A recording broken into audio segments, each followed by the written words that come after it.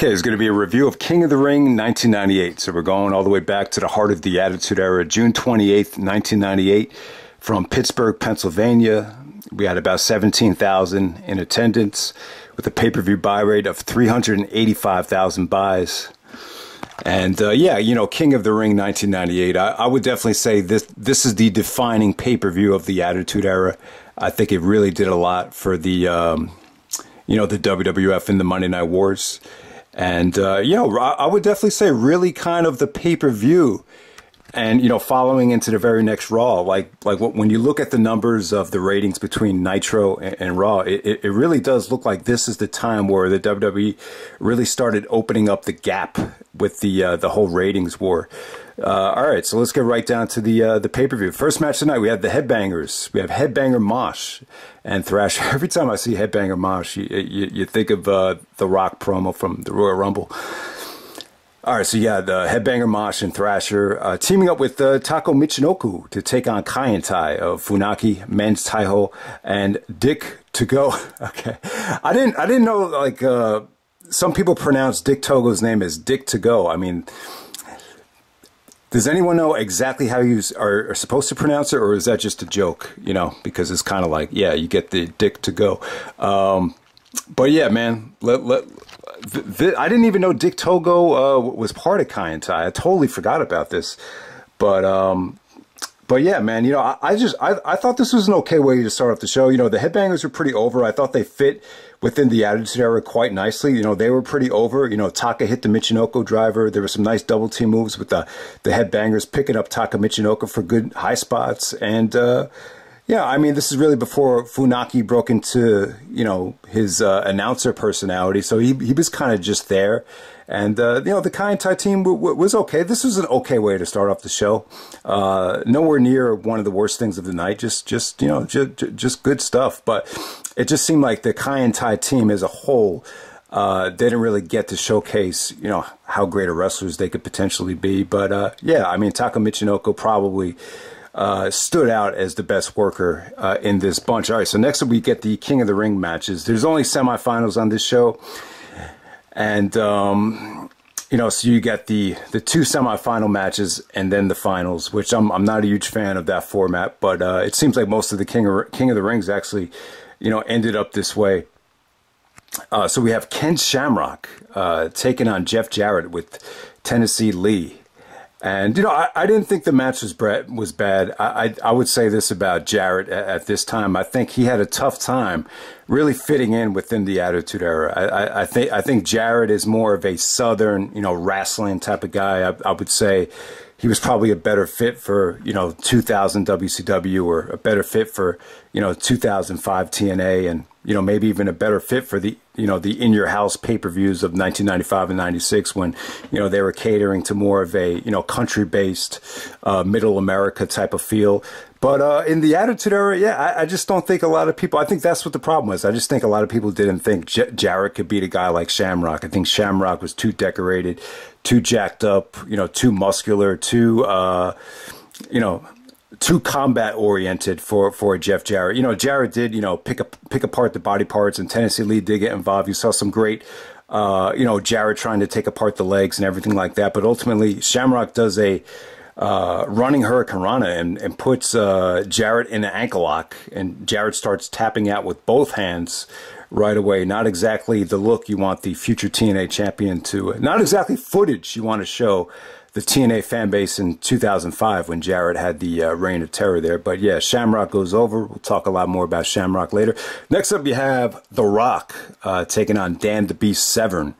And yeah, I mean, this was just, you know, I was really interested to see, you know, exactly what Dan Severn had here from a, you know, from a technical standpoint, from a fight standpoint, but he really didn't get to show a lot of it here. You know, the beginning of the match really featured, you know, The Rock, you know, seemed a little bit annoyed, you know, constantly getting to the ropes, like, get him off me, get him off me. You know, The Rock looked very frustrated in the beginning, but then eventually, you know, Rock got Dan Severn down. Rock was mocking, you know, Dan the Beast Severn's, you know, mannerisms and things of that nature. But then eventually the Nation of Domination came out to play distraction. You had Mark Henry. Then you had D'Lo Brown coming out in that vest. I don't know what it was, like a bulletproof vest. It does the frog splash on Dan the Beast while the referee's looking the other way, and then The Rock gets the pinfall there. So I guess this got a lot of heat because you know, Dan was actually working in Japan at the time, and I guess Meltzer was under the belief that it was going to hurt his reputation in Japan by taking the pinfall. So, but yeah, I mean, I just feel like this match, it just didn't really showcase the best from either The Rock or Dan Severn. It kind of left me wanting to see more of, you know, Dan the Beast, you know, some of his better work, but this just wasn't it right here. And then the next match, we have Too Much featuring Brian Christopher and Scott Taylor, who I'm assuming is Scotty Too Hotty. I always thought his name was Scotty Anston, but he's going by Scott Taylor here to take on Al Snow and Head. Yeah, Jerry King Lawler is the special guest referee. I believe Jerry Lawler's nephew, I believe, is Brian Christopher. So he's basically playing favoritism here. He was, you know, doing the slow count for Al Snow, trying to do the fast count for Too Much right here. So Too Much eventually became Too Cool over time. And yeah, a lot of showboating from Too Much. You know, the Al Snow and the Head thing. I don't know. The match just kind of sucked to me. You know, I mean, what the good part about it was it showcased Al Snow's multidimensional, you know, personality, how he was like, you know, talking to the Head and yelling at the Head, and, you know, really got into it in terms of that. But, you know, the ending featuring Brian Christopher pinning the Head, it just came off very laughable. And yeah, you know, Al Snow, you know, when I think of Al Snow, I think of him more as a trainer. You know, he really did a lot for the first Tough Enough, and he is a great trainer. But you've always heard people like Mick Foley kind of crap on Al Snow's wrestling ability. Like, I've heard Foley say if anyone watches like an Al Snow mixtape, then they have like no life. So, but I don't know. But the thing is, like, I would say you don't need to be a great, you know, obviously Al Snow knows what he's doing in the ring. I would probably say maybe Foley's trying to say he's not the most engaging wrestler, but you don't need to be a you know, engaging or that great of a player or that great of a wrestler to be a great trainer. So I think that's one of the things that gets overlooked. If you look, sometimes I go to the park and you see someone training someone with drills, and the guy doesn't even look like he could play at all. But it's not a requirement for a trainer. But, you know, Al Snow, when I think of Al Snow, you know, the Head thing was really got him a lot of attention. But I always think of Al Snow as more of a trainer. All right, so next up we have X-Pac with China taking on Owen Hart. The match got a lot more time than their King of the Ring 1994 match. I actually like the King of the Ring 94 match better. It was just faster paced. I think Owen was actually in much better shape in 94 than 98, but this was still good stuff. Didn't have much of a build up. They did show X-Pac attack Owen Hart where he needed not stitches, but staples to close a gap to the back of his head. And Owen actually got busted open in the eye here. Looked like he could have used some more stitches there. But yeah, a longer match. You know, I was hoping this was going to be part of the tournament. I know someone mentioned in the King of the Ring 94 review that they also had a great match at King of the Ring 98. And I was like, oh man, I forgot they were even in that tournament, but it's not a tournament match. But yeah, man, they have great chemistry though. I mean, while this lasted, I thought it was great stuff. You know, just they just work a good pace together. They had good chemistry. I was pretty much engaged with this whole thing. The interference at the end, you had China involved, then you had you know, Mark Henry, then you have Vader actually coming out, and then you know, Owen actually puts the sharpshooter on X-Pac while the referee is distracted. China hits Owen with the DDT to get the pinfall. So the ending kind of sucked, and it could have had a lot more of a build-up. Yeah, I mean, if anyone could recommend an X-Pac and Owen Hart match that wasn't too short and had a better finish, I love to see it. But, you know, the King of the Ring match is just, you know, I would say both matches, they're kind of, you know, hurt because of the time restrictions and just the constant interference. But it was still one of the better things of the show, without a doubt. I would definitely say this. I think Owen looked slower of a step in 98, but I think X-Pac was probably a little bit more in his physical prime. He looked a little on the young and green side in 94 compared to 98. So, all right. Next up, we got the New Age Outlaws of Billy Gunn and the Road Dogg, the tag team champions, coming out with Chyna again. Chyna comes out in 3 straight matches here to take on the new Midnight Express, featuring the Bodacious Bart and the Bombastic Bob with Jim Cornette. So you got Bart Gunn. You know, Billy Gunn and Bart Gunn used to be part of the Smoking Gun, so I like that. You know, it's kind of, you know, it's kind of a grudge match in that regard. I don't know if they've ever had a big one-on-one singles match besides that. And then you have Bob Holly as Bombastic Bob with Jim Cornette. You know, Jim Cornette is a you know, he was the manager of the Midnight Express. They even had a show in ROH called the Midnight Express Reunion with you know, Jim Cornette making the appearance. But yeah, you know, the thing about putting the word new in front of something, especially in wrestling, even if you're a father and you call your son the new and improved version, you know, it's never a good thing. You like let your son or let your daughter, you know, develop their own identity. There's no reason to call them new, or even with the new rockers or the new this or the new that. It's yeah, I would agree. It's probably a negative. You know, why even call them the Midnight Express? Maybe just call them something different. I thought the match was good. Just the crowd just didn't give a shit.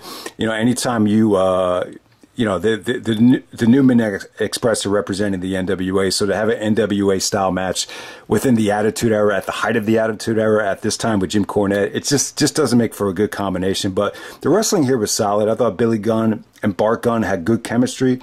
I thought there was some nice double team moves with the New Age Outlaws to win this match. There was basically a double gorilla press into the top turnbuckle when the New Age Outlaws got the pinfall. So the finish was good. It's just, you know, it's just not a very engaging match in front of this environment. I would definitely say, you know, this might have been better as the opener of a Sunday Night Heat or something like that. But, you know, to jam this in the middle of a card this loaded, you're asking for a lot. So I would just say that, but definitely not a bad match though. I think this is one of those matches that it's actually more enjoyable if you have the crowd muted, if that makes any sense. All right, next up, yeah, Ken Shamrock taking on The Rock in the King of the Ring final match right here. So you had Triple H actually come out on commentary with the DX music, and China's actually doing Spanish commentary here. And it was funny. There's a lot to talk about with Triple H here, but before I forget about it, they actually asked Triple H, "Are you bilingual? We see China talking Spanish over there." And Triple H is no. He's like, "Yeah, no, I'm actually not bilingual. I'm allowed to buy things, but bilingual isn't one of them." And then he's like, "Wait a minute, did I just say that?" So Triple H was funny here. Like, they actually asked him, like, you know, what's China talking about? He's like, "I don't know, something about Taco Bell." Like, in terms of Triple H being funny, I would say you go back to the summer of 1998 to find some of the you know, probably some of the funniest stuff Triple H has ever done. But yeah, you know, I forgot to mention this. You know, I think Triple H winning the King of the Ring '97, and I do agree. I think some of that punishment with the whole you know, Click incident at Madison Square Garden, I think it is overblown. I just think Triple H was probably a little bit nervous at first, because they did take that main event push away from him. I think in the summer of '96, he was supposed to get that main event at SummerSlam. And when he's not even on the card, you know, I'm sure it was probably a big smack in the face. So I still think it took a lot to come back from that. Plus, I think when you get to King of the Ring '97, it was a huge transformation for him. Because let's face it, Triple H was already coming out in a robe, and you know, he definitely kind of had that King of the Ring type of look to him. But you know, when he beat Foley, when he beat Mankind at King of the Ring, he took the you know, the crown and the robe and kind of put it to the side and used it as a weapon. It was kind of like the whole start of this, the new attitude, the transformation from the Greenwich Snob into Triple H, the Degeneration X version. So I do like that. I think the King of the Ring did a lot for Triple H on a lot of different levels. I just wanted to make that point. But yeah, Ken Shamrock and The Rock here. I just thought this was good stuff, man. This is one of the better finals I think they've had in the King of the Ring. Rock just showed a ton of charisma on this night. You know, him and Shamrock worked a really fast-paced match here. There's just some great selling to the ankle lock from The Rock. Maybe overselling to a degree, but I just thought it worked. And, you know, Shamrock was just, you know, I think Shamrock, you know, he had a lot of potential. I would just definitely say this about Shamrock, though. You know, obviously, he's a UFC fighter. You know, he's very good record in the Ultimate Fighting world. But I'm sure he could probably kick almost anyone's ass in the WWE in a real life fight. But at the same time, I do feel like he's still missing a lot of the skill that the great ones had. Like when it comes to, technique, when it comes to, delivering a snap suplex like Benoit, or executing submissions like Brett, or, just his fluidity in the ring. It still could have used a lot of work. For as good as he was, though, I just feel like he was missing, a lot of what the greats had. Just because he, probably, can't kick anyone's ass, it doesn't mean he was the best wrestler. It didn't mean he could keep the fans the most engaged. It didn't mean he had the most skill. So I did want to make that point. But yeah, Shamrock definitely had a lot of, he had a lot of potential. Let's face it. He was a badass. He at the time he was really jacked up. I think he even came out and admitted that he was a steroid user at this time, which is fine. I think a lot of guys were doing it at that time. But the bottom line was him and The Rock, just great stuff here. The Rock was constantly going for the DDT. Eventually Shamrock counters the DDT into a Northern Light suplex, hooks the ankle lock onto The Rock, and gets the King of the Ring win here. And Rock actually, it's funny, he taps out, but the camera view doesn't actually show it. It kind of makes you feel like, maybe The Rock was a little bit overprotected here. Maybe they knew they were going to turn him babyface. But yeah, the Rock was really showing a lot of charisma, personality at the time. But it wasn't like his delivery still needed a little bit of work. But you could definitely tell, man, it was definitely a step in the right direction. This was kind of like the final match of the trilogy with Ken Shamrock and The Rock. Triple H at the time. Him and The Rock, this match really kind of set up the whole Triple H and The Rock feud, which, culminated in the ladder match of SummerSlam. But yeah, big win for Shamrock as a babyface, one of the few babyface King of the Ring wins, but it was short-lived though. I think over time, the fans kind of saw, maybe a lack of passion in Shamrock. I think he was, a little bit one-dimensional on the mic. And, I don't think he was a great wrestler, though. I think he was a great fighter. But in terms of wrestling skill, do I think he's Kurt Angle? No, I don't think he's anywhere close. And I think a lot of the fans kind of got bored with the one-dimensional kind of personality of him. And, I remember the fans started turning on him when you get to September of that year.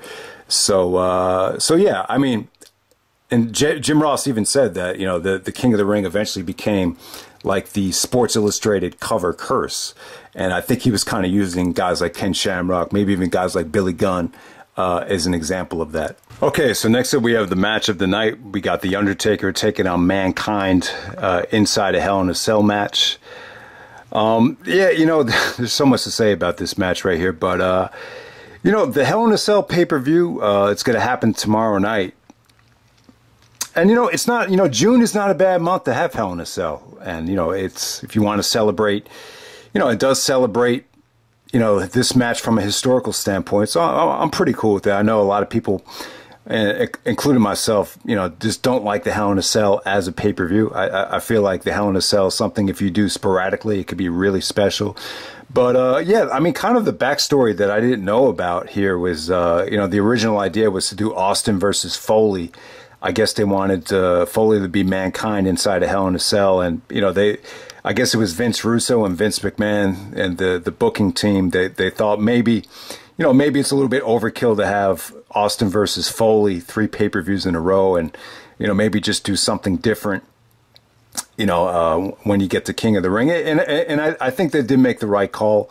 At this time you had Taker, Mankind, Austin, and Kane. And I'm not a huge fan of this whole main event core. Obviously I love Austin, but I just feel like the core it's too dominated by like these, super gimmicks with masks, like monster gimmicks. Like you could argue Undertaker, Mankind, and Kane is 3 like monster gimmicks. I just feel like the Attitude Era was at its best when you got Austin taking on Rock, or Austin with Triple H, or even with the Cactus Jack, or the different versions of Mick Foley. Mankind's probably my least favorite Mick Foley character, because it's to me it just reeks of WWE gimmicks, if that makes any sense. But yeah, Taker versus Mankind, there really wasn't that much of a build up here. it was kind of, you know, they promised Foley the Hell in a Cell match with Austin, but, you know, they still say, yeah, you're not going to get the main event, but, you know, we're still going to put you in the Hell in a Cell, but it's going to be against Undertaker. Really not a lot of build-up going on here other than, you know, all four of these guys were actually feuding together. They actually did do a main event on Raw, tag team match in a Hell in a Cell. But, you know, Taker and Foley, you know, this is the 6th time they wrestled on pay-per-view, so I think a lot of people already knew the history, so it didn't really need that much of a build-up. But yeah, I think most of you guys do know the backstory that, you know, Foley actually rewatched the first Hell in a Cell with Shawn and Undertaker, and you know, felt a lot of pressure. Just like, man, there's no way we could pull it off. Like, it's not. There's just no way it could be better than the first one. You know, you got to remember too, the expectations were really high because you know, Meltzer rated that 5 stars. I think that was the last 5-star WWE match for an extremely long time. I don't even know what the last one was that got that rating, at least in the WWE. I mean, you had to wait a long time. That's the bottom line. So, so yeah, you know, Foley and Terry Funk watching this match, you know, Terry gave, you know, Foley some ideas for it.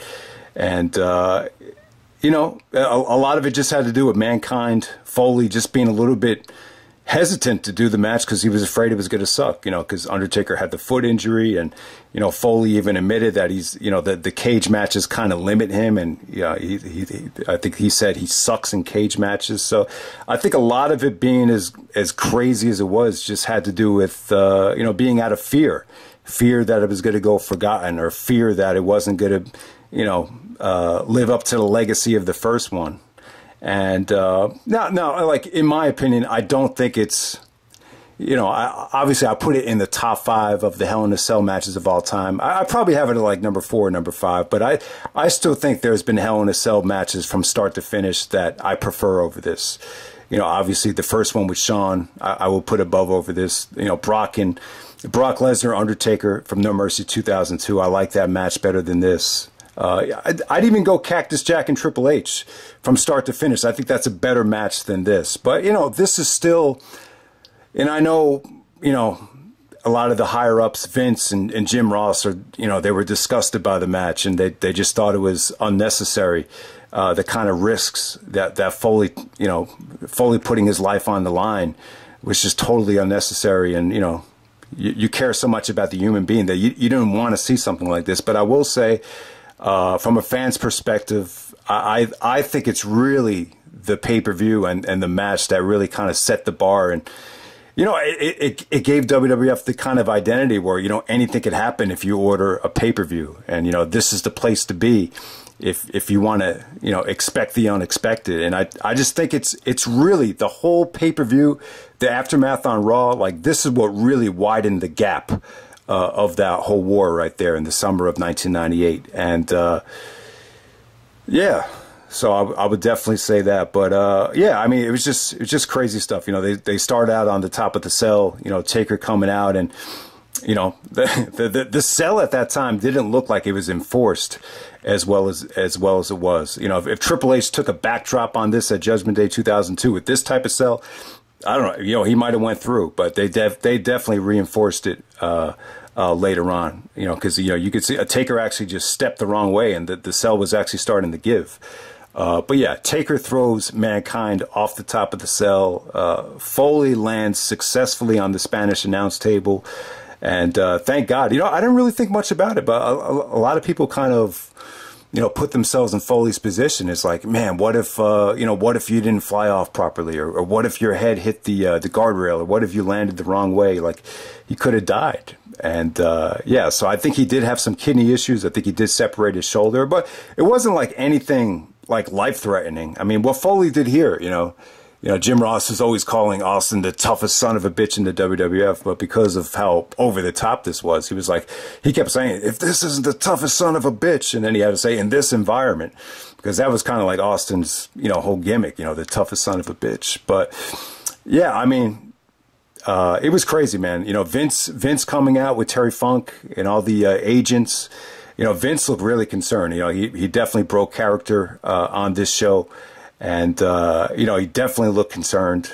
It was just, it's scary, man. It really had to be scary, you know, from that perspective, especially when you have limited resources, limited talent, and you're definitely going neck to neck with another, you know, mega company. It had to be a very stressful time in retrospect, and still, like from a medical standpoint, it wasn't like you had the best doctors, you know, the concussion, CTE, and, you know, the ring wasn't safe. The ring, you know, the ring wasn't reinforced yet. So yeah, just when you look back at that time, there's just a lot of uncertainty. There's just a lot of guys just almost being reckless in favor of just putting on the better product. So it is like scary when you look at it from that perspective. But, you know, Foley getting carried out on the stretcher, comes off the stretcher, climbs all the way back up the cell. Taker climbs back up, and then Taker actually choke slams him through a chair. No, the chair is like in between the cell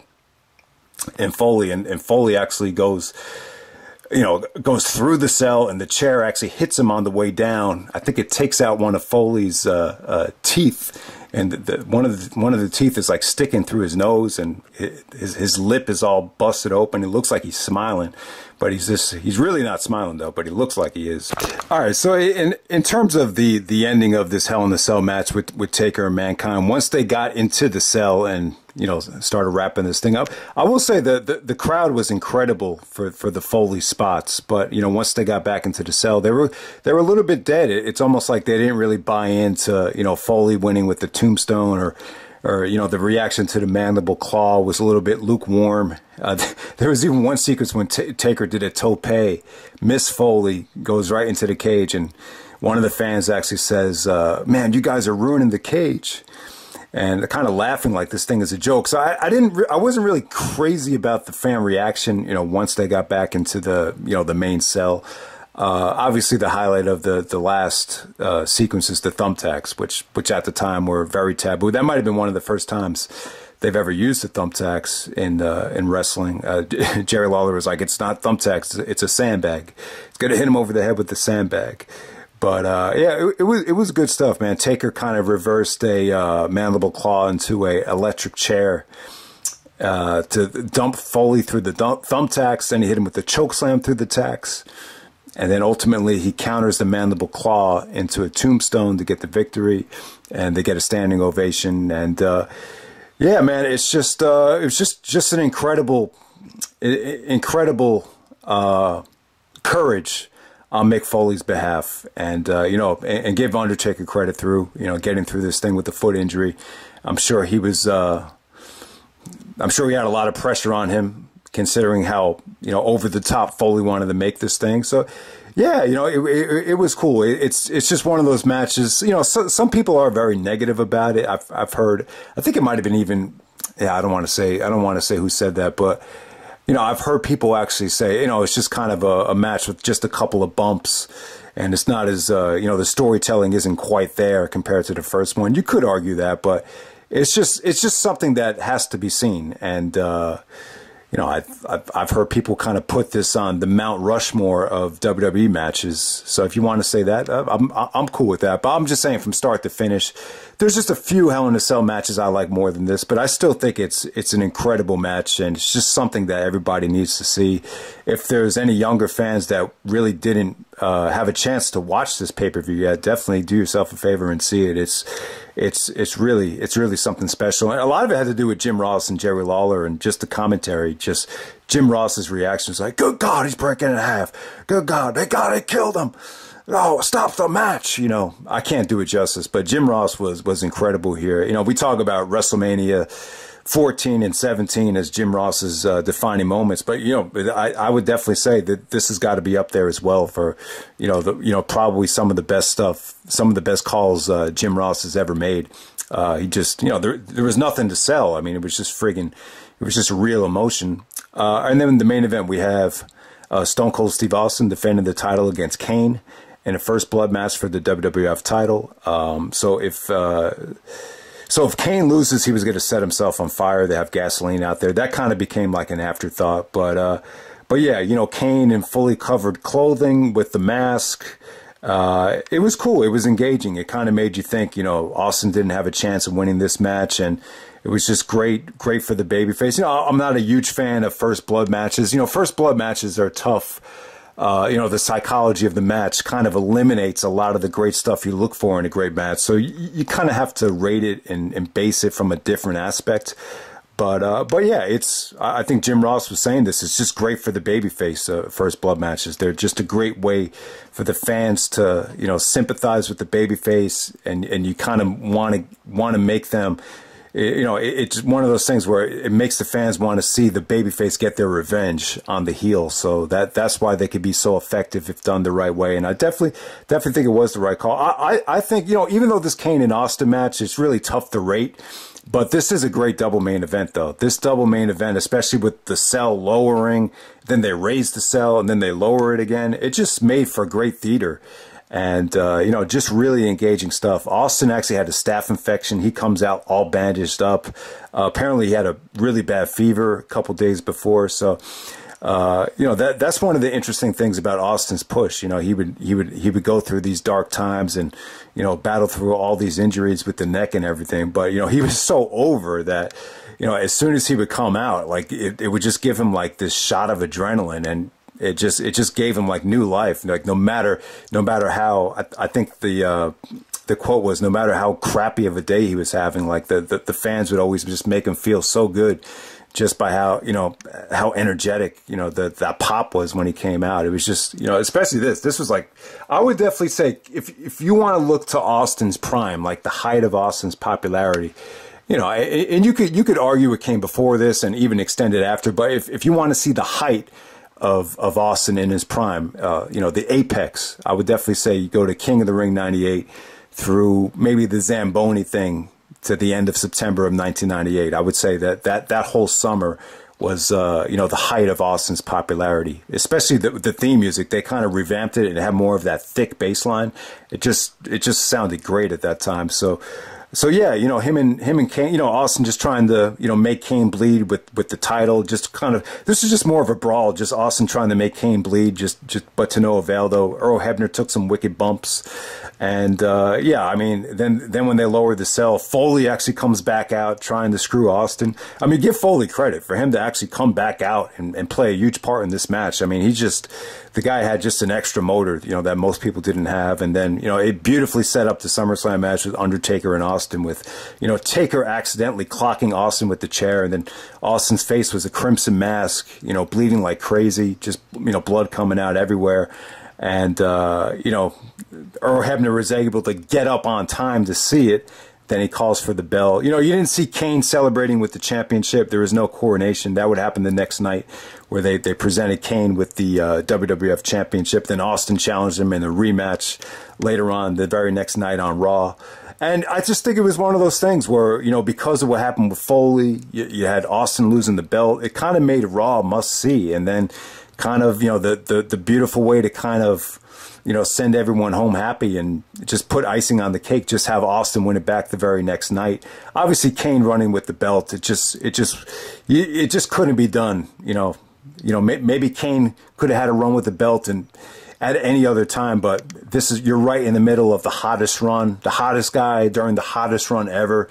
So you just couldn't do that. And, you know, you definitely had a solid SummerSlam main event. And, you know, the next In Your House was definitely a chance to build to that. So there was really no reason to postpone the Austin Kane rematch. It just, you know, the fans wanted to see it right away. You know, the fans were chanting bullshit after the match was over. So it definitely got good heat. Definitely a good call right there to go with the first blood match. So I thought, you know, not a great match, but definitely, I would say innovative and creative booking right there. And I think it only helped Austin, to be completely honest with you. So yeah, that's King of the Ring 1998. Incredible pay-per-view. I would definitely say the defining pay-per-view of the Attitude Era. You know, right up there with WrestleMania 14, in my opinion. You know, the Ken Shamrock King of the Ring win kind of went overshadowed by, you know, what happened on this show. But I think, you know, the kind of the same problem that Shamrock had, you know, that Brock had too. It seemed like it looked like when Brock was like kind of, you know, indecisive about whether to go back to fighting or whether staying, like it definitely hurt his run. You know, there was even rumors that Shamrock was showing up late and he was getting offers from different fight companies and he was, you know, regretful, and then he was like, I don't know what to do. I think that's what hurts Shamrock as well. You know, that type of, you know, I think sometimes when you're dealing with an Ultimate Fighting guy, you kind of run into that problem. But I do agree. I do think that Shamrock could have been a much bigger deal.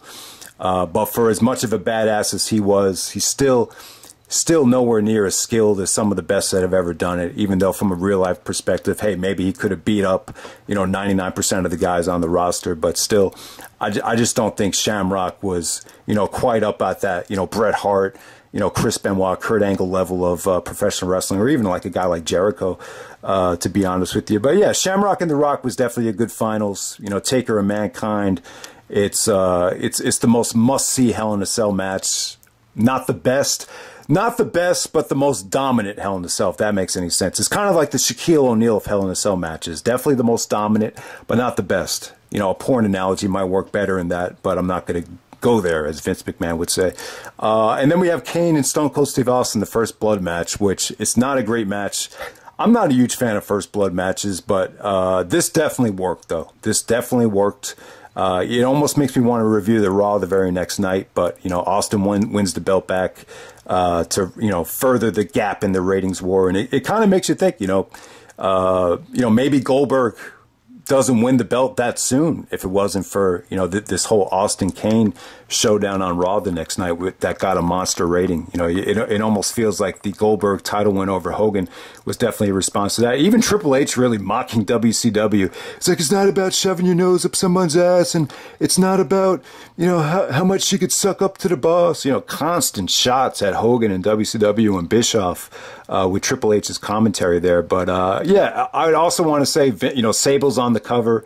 You know, Sable and Vince were involved in a segment with Pat Patterson, Gerald Briscoe, where Pat Patterson actually gets smacked by Sable. But, you know, Vince's promo there, he still had a ways to go. You know, that promo, I kind of agree with Meltzer. I was hearing Meltzer's opinion on that. Yeah, you know, it felt a little bit more like the commentator Vince McMahon and not quite the Mr. McMahon 2000. I think in 2001, around the time when he had the feud with Costas, is when Vince really kind of mastered the Mr. McMahon microphone work. It came off a little bit forced there, where he's trying to, you know, talk down to the fans and cause their lives disappointment. The delivery didn't come off well. He sounded more like the commentator than the character, if that makes any sense. But yeah, man, that's King of the Ring 1998 from Pittsburgh, Pennsylvania. Without a doubt, the best King of the Ring pay-per-view, and really the kind of, you know, I would definitely say the pay-per-view that really put King of the Ring over the top as, you know, historical and must-see, and it should have remained one of the big five in my opinion. And yeah, so that's pretty much it, guys. Yeah, I'm going to try to review Hell in a Cell, and after Hell in a Cell, definitely want to do some more King of the Rings. King of the Ring 2001 is definitely going to be coming. I'm not sure about doing anything else. I might do a couple more, but 2001 is definitely going to be coming because it's the 20th anniversary. More likely there's going to be a 2001, and that'll probably be it. But yeah, hope you enjoyed the review, and I'm out. All right.